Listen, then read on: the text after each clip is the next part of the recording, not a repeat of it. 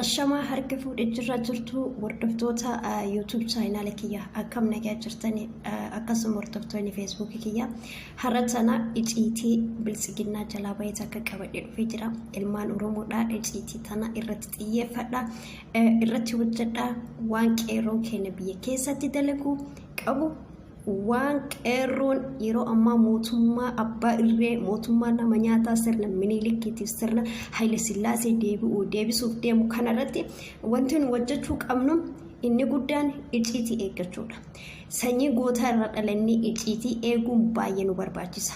Kanaafuu iciitii keessan eegaa isinicha har'a tana wanti nageetti takka jira.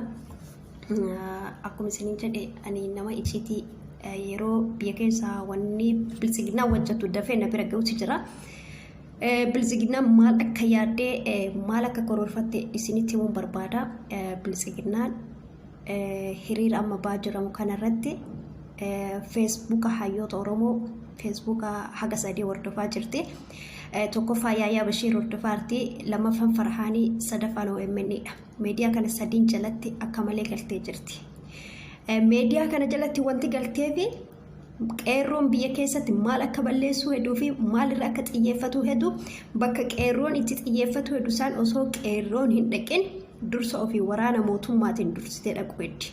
Kanaaf ilmaan Oromoo kumaatamaan mana hidhaatiin nurraa saabatanii jiranii kan nurraa wareegames jira hayyoonni Oromooillee mana hidhaa jirti.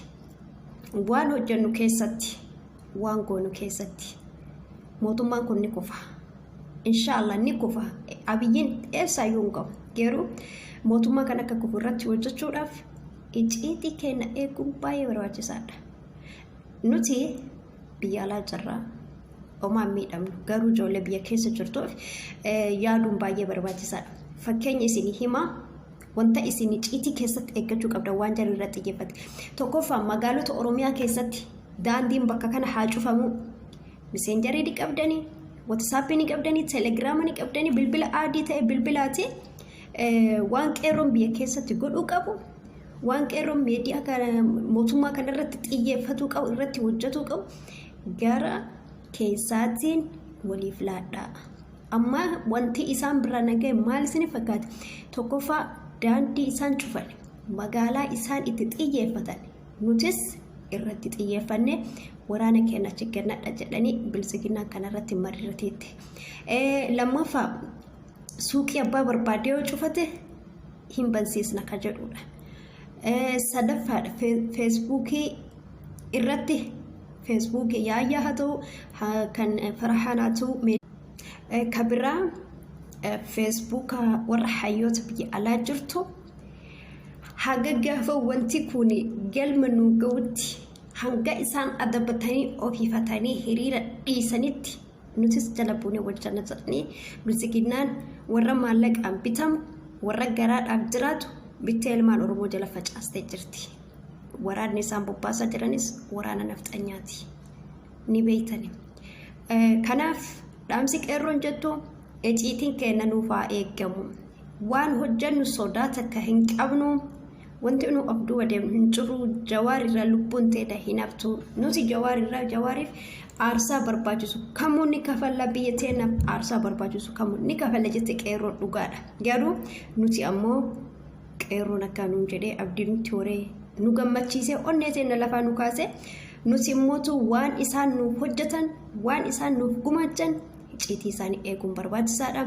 Bilisiginnaan diina caalu yeroo ammaa ilmaa Oromootiif OPDOdha.